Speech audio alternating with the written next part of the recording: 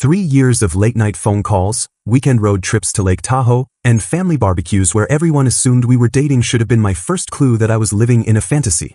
Lindsay Chen and I had built what I thought was the foundation of something real. She was the marketing coordinator at Premier Luxury Motors, I was a warehouse supervisor at a distribution center in Sacramento, and somehow we'd become inseparable despite what I now realize were very different ideas about our future. I'd spent months planning the perfect moment to tell her how I felt, choosing a quiet evening at our favorite coffee shop where we'd spent countless hours talking about everything from her marketing campaigns to my ideas for improving supply chain efficiency. "Lindsay, I need to tell you something that's been on my mind for a while," I said, my heart hammering as she looked up from her latte with those dark eyes that had kept me awake thinking about possibilities. "I know we've been friends for 3 years, but somewhere along the way, I fell for you completely. All those trips, the dinners with your family, the way you call me when you've had a rough day, it feels like we're already building something together.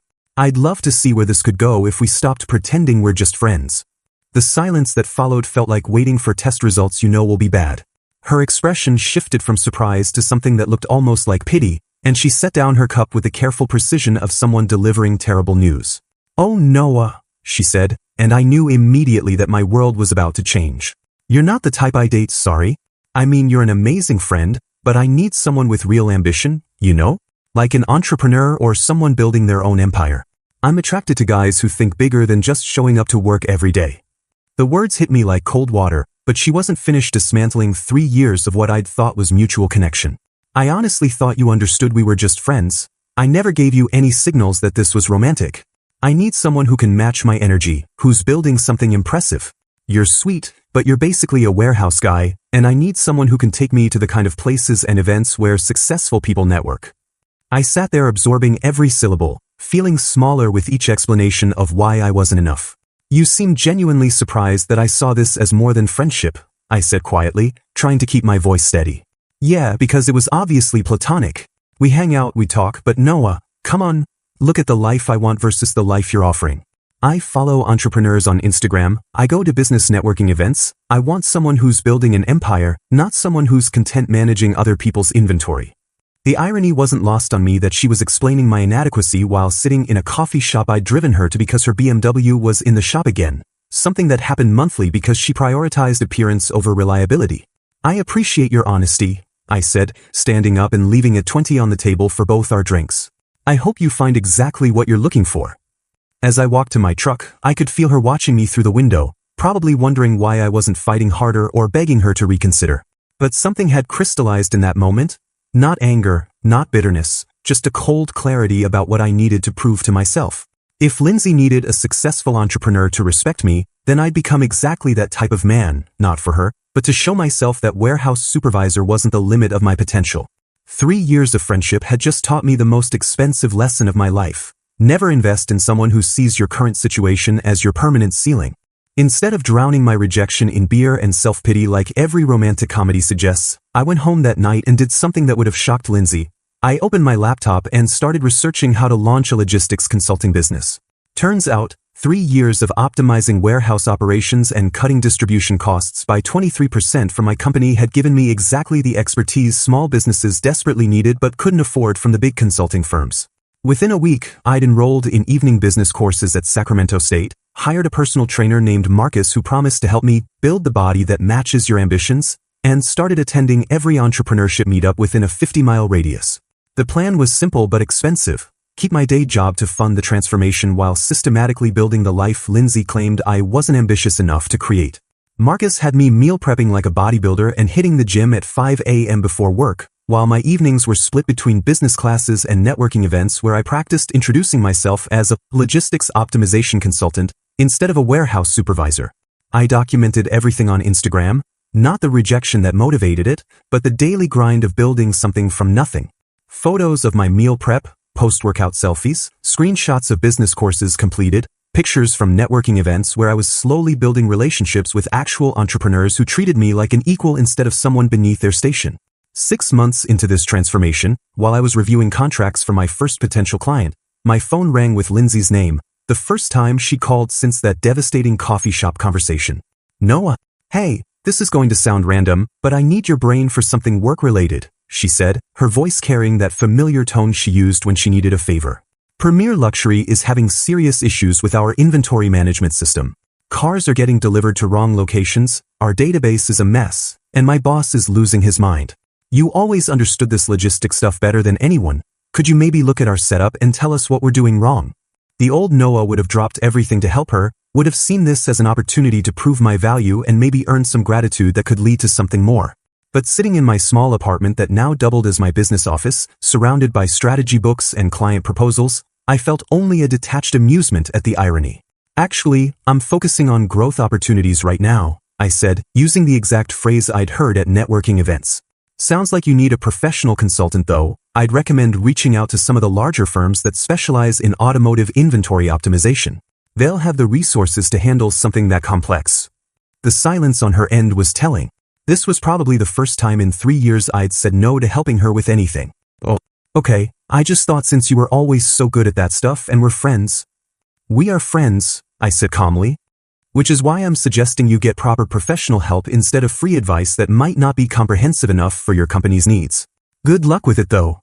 After I hung up, I stared at my business plan for about 10 minutes, realizing I'd just turned down a chance to insert myself back into Lindsay's life because I was genuinely more interested in building something that belonged entirely to me. Marcus was right when he said the physical transformation would be the easy part. Apparently reshaping how I valued my own time and expertise was going to require just as much discipline as learning to deadlift twice my body weight. 18 months after that coffee shop rejection, I was sitting in my downtown Sacramento office space overlooking the Capitol building, reviewing contracts that would have seemed impossible back when I was checking inventory spreadsheets in a warehouse. Martinez Logistics Consulting had landed 3 major clients in 6 months, a regional restaurant chain that needed supply chain optimization, a tech startup requiring distribution strategy, and, ironically, a luxury car dealership across town from Lindsay's that wanted to poach her company's best practices. The revenue was enough to quit my day job, lease professional office space, and hire my first employee, a sharp business graduate named Katie who handled client communications while I focused on strategy development. My physical transformation had become equally dramatic. Marcus had guided me through cutting from 190 pounds of warehouse soft to 175 pounds of lean muscle, and my new wardrobe reflected the confidence that came with actually earning the right to network with Sacramento's business elite. I'd started deliberately posting photos from the high-end business events I now attended as a legitimate entrepreneur, pictures from the California Logistics Association annual gala, screenshots of my speaking engagement at the Sacramento Chamber of Commerce, selfies from luxury car shows where dealers sought my advice on inventory optimization. Every Instagram post was carefully curated to showcase the sophisticated lifestyle Lindsay had claimed I wasn't ambitious enough to achieve, though I told myself the documentation was about celebrating my own success rather than proving anything to someone who'd already made her opinion clear. The irony wasn't lost on me that I was frequently photographed at the exact upscale restaurants and networking events she'd mentioned wanting to attend with a real entrepreneur. 3 months ago, after 8 months of complete social media silence, Lindsay had started liking my posts, first sporadically, then consistently, eventually leaving comments like, "Wow, look at you," and "So proud of how far you've come," as if she'd been cheering me on the entire time instead of rejecting the foundation I'd built this success upon. My new social circle consisted entirely of successful professionals who treated me as an equal, other consultants, startup founders, established business owners who invited me to golf, asked my opinion on market trends, and included me in their investment discussions because I'd proven I belonged at their table. "Noah, you've got to tell me your secret," said Jennifer, a marketing agency owner I'd met at a networking event. "Going from employee to entrepreneur and completely transforming yourself physically in under 2 years? That's the kind of discipline most people only dream about." The secret was simple but painful. Nothing motivates self-improvement quite like someone explaining in detail why your current self isn't worth their time, then having the discipline to prove them wrong not for their validation, but for your own self-respect. When my phone buzzed with another Instagram notification showing Lindsay had liked my latest post, a photo from last weekend's charity gala where I'd been photographed with Sacramento's mayor discussing small business development, I didn't feel the satisfaction I'd expected. Instead, I felt nothing at all, which was somehow more powerful than anger or vindication. The Northern California Entrepreneurship Conference in San Francisco was supposed to be a networking opportunity, but when I spotted Harper Sinclair during the lunch break, my focus shifted entirely to the confident brunette who was confidently discussing supply chain logistics with a group of tech executives like she actually understood the complexities instead of just nodding along. Harper owned Sinclair Design Solutions, an interior design firm specializing in luxury commercial spaces, and when she approached me after overhearing my conversation about reducing distribution costs for retail clients, her first words were refreshingly direct. "You're Noah Martinez, right? I heard your presentation this morning about micro-fulfillment centers. Absolutely brilliant approach to urban logistics challenges," she said, extending her hand with the kind of confident smile that suggested she was genuinely impressed rather than making polite small talk. "Harper Sinclair, and I have about 15 questions about how your strategies might apply to optimizing design material sourcing for my firm." For the next hour, we discussed business strategy with a kind of intellectual chemistry I'd never experienced, someone who not only understood my ideas but challenged them with insights from her own industry experience. "The transformation from warehouse supervisor to consultant in 2 years is incredible," she said over coffee. "Most people talk about reinventing themselves but never actually do the work. That kind of discipline and vision is exactly what real success requires." The irony hit me immediately. Harper embodied everything Lindsay had claimed to value: successful entrepreneur, sophisticated taste, connections throughout California's business community, yet she was completely fascinated by the blue-collar background that Lindsay had found so unappealing. "I love that you built this from actual hands-on experience instead of just MBA theory," Harper continued. "Too many consultants have never worked a real job, never understood what it's like to optimize operations when efficiency actually matters. Your warehouse background makes you authentic and grounded in ways most business advisors never achieve." Over the following months, our relationship developed naturally through shared interests in business strategy, fitness challenges we'd set for each other, and weekend trips to wine country where we discuss expansion plans for both our companies. Harper never once made me feel inadequate about my past. Instead, she treated my journey from warehouse floor to executive consultant as evidence of the work ethic and problem-solving ability that had attracted her in the first place. "My parents are going to love you," she said during one of our Napa Valley trips. "Dad built his construction company from nothing, and Mom always says the best partners are people who understand the value of actual work." When Harper introduced me to her high-powered network at a Silicon Valley design showcase, she described me as "my boyfriend Noah, who's revolutionizing logistics consulting for mid-market businesses," with obvious pride rather than the apologetic tone I'd grown accustomed to from Lindsay during our few public appearances. The contrast was stunning. Where Lindsay had treated me like a secret she was slightly embarrassed about, Harper actively promoted my business expertise and bragged about my transformation story to clients who ended up hiring Martinez Logistics because she positioned me as an innovative thinker rather than someone she was settling for. "You know what I love most about us?" Harper said one evening as we reviewed quarterly projections for both our businesses. "We're building something together, supporting each other's ambitions instead of one person carrying the other. This is what real partnership looks like." As I watched her celebrate a major contract win with the same enthusiasm she'd shown for my business victories, I realized I'd spent 3 years trying to convince someone to see my potential when I should have been looking for someone who recognized my value from day one. By year 3 of Martinez Logistics Consulting, the business had expanded beyond anything I'd imagined when I was plotting my post-rejection transformation in that cramped apartment. We'd grown to 12 employees, opened a satellite office in San Jose, and landed contracts with Fortune 500 companies that flew me to strategic planning meetings in boardrooms I'd only seen in movies. When Sacramento Business Journal named me Entrepreneur of the Year and featured my story on their cover with the headline, "From Warehouse Floor to Corporate Boardroom, the Noah Martinez Success Story," I knew I'd officially become the type of businessman Lindsay had claimed I'd never be ambitious enough to become.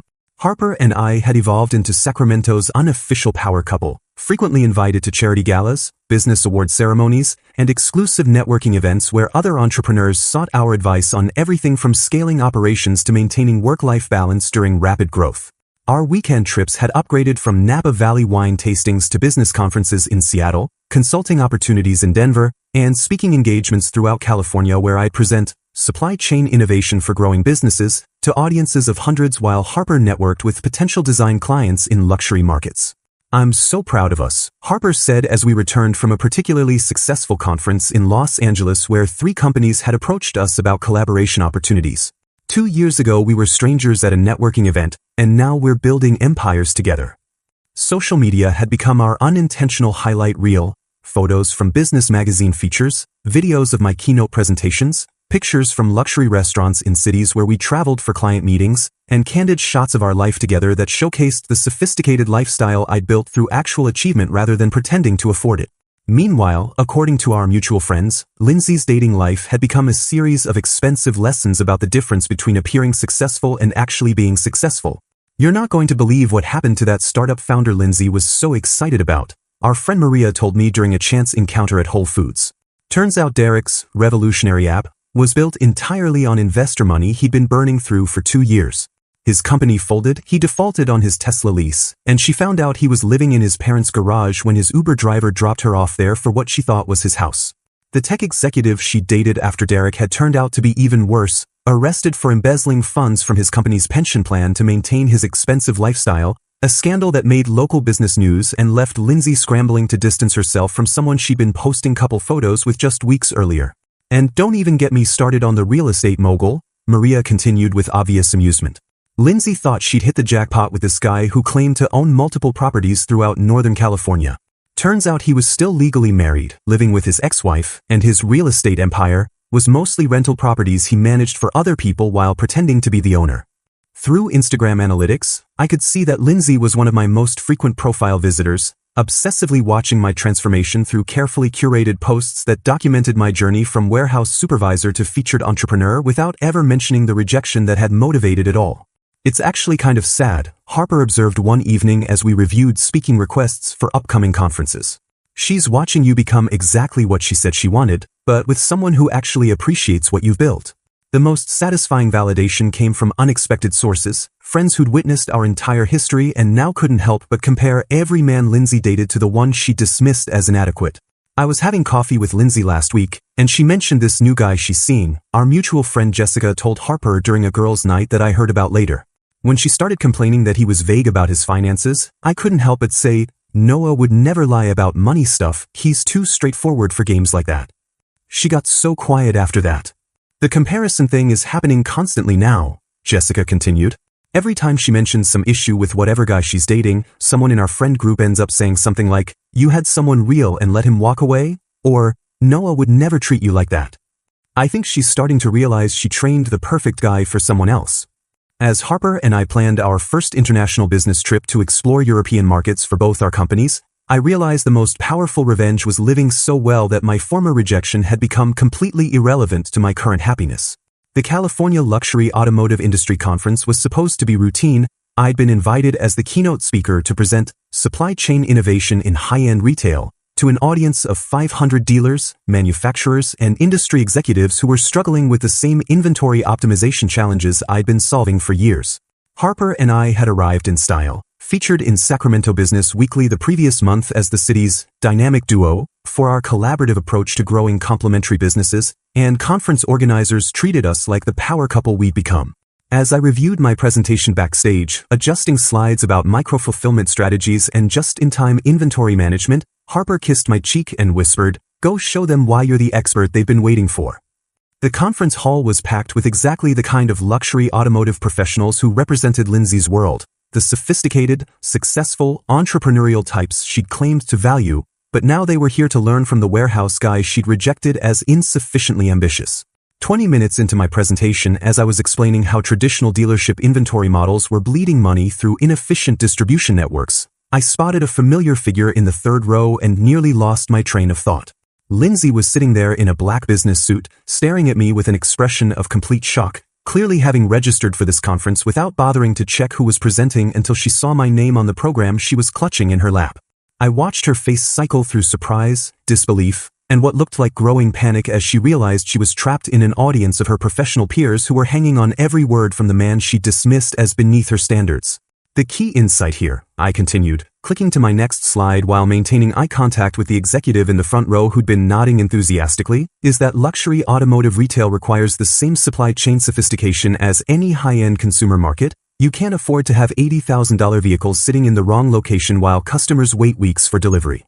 The presentation concluded to thunderous applause and a standing ovation from an audience of industry leaders who immediately swarmed the stage like I was some kind of celebrity expert, which I suppose I had become.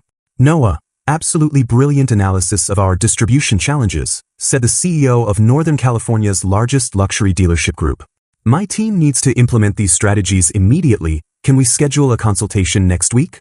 As business cards and consulting requests poured in from executives who treated me like the innovative thinker Harper had always seen me as, I noticed Lindsay hovering at the edge of the crowd, clearly waiting for her chance to approach but probably uncertain how to navigate a conversation with someone who'd gone from warehouse supervisor to industry keynote speaker while she wasn't paying attention. When the crowd finally thinned, she approached with nervous energy and a smile that looked more desperate than confident. "Noah, oh my God, I had no idea you were speaking today. That presentation was incredible. I can't believe you've become such an expert on automotive supply chains," she said, talking faster than usual like she was trying to fill space before I could respond. "Hello, Lindsay," I replied with the same polite but distant tone I'd use with any conference attendee. "Thank you for coming to the presentation." Harper appeared beside me then, sliding her arm through mine with natural comfort that made Lindsay's eyes immediately dart to the engagement ring that had been featured in 3 local business magazines as part of our success story. "Lindsay, I'd like you to meet Harper Sinclair, my fiancée and business partner." "Harper, this is Lindsay Chen. She works in automotive marketing here in Sacramento."